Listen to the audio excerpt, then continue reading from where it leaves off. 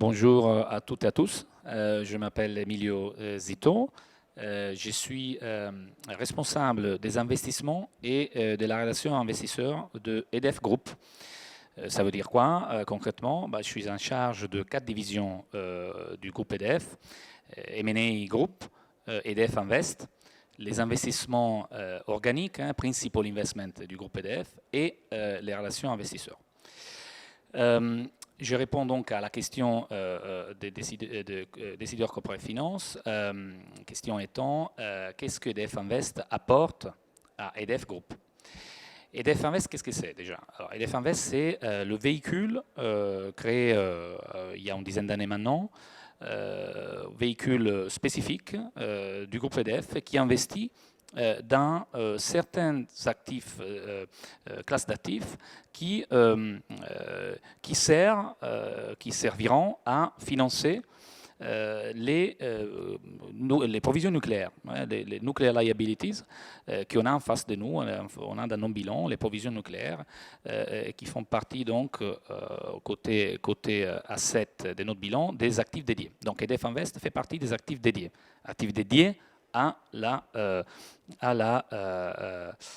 au matching avec les activités, avec le nuclear liabilities, enfin les liabilities nucléaires. C'est quoi l'intérêt donc? Répondons à la question. L'intérêt d'avoir EDF Invest, c'est de pouvoir diversifier notre portefeuille dans les actifs dédiés d'investissement. Les actifs dédiés, historiquement, ont toujours fait des investissements dans le côté equity, donc l'equity coté et la dette cotée, pour le faire très simple. Et donc, avec EDF Invest, on a décidé, il y a une dizaine d'années encore une fois, de commencer à investir dans le privé, dans l'infra privé, dans le real estate, donc dans des classes d'actifs pas publics, enfin pas cotés, mais privés. Donc, à pouvoir avoir une diversification de nos investissements. Donc le portefeuille des activités dédiées se diversifie. On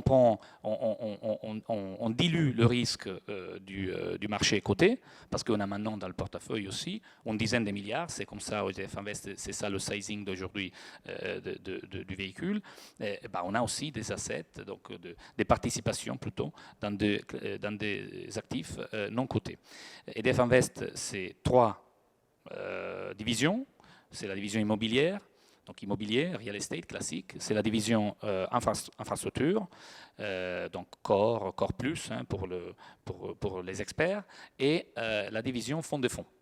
On a grosso modo, je dirais, 2/3 de ces 10 milliards investis dans l'infrastructure et le restant étant divisé plus ou moins pareil entre real estate et fonds de fonds.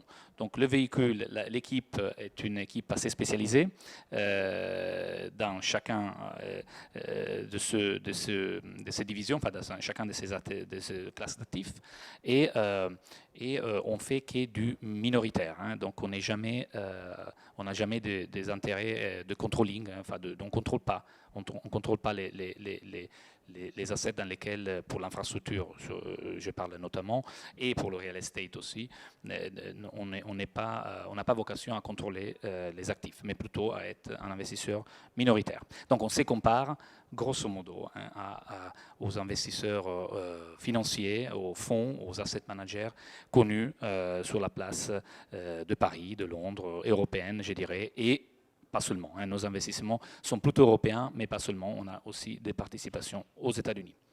Voilà en quelques minutes pour répondre à la question qui a été posée. Merci.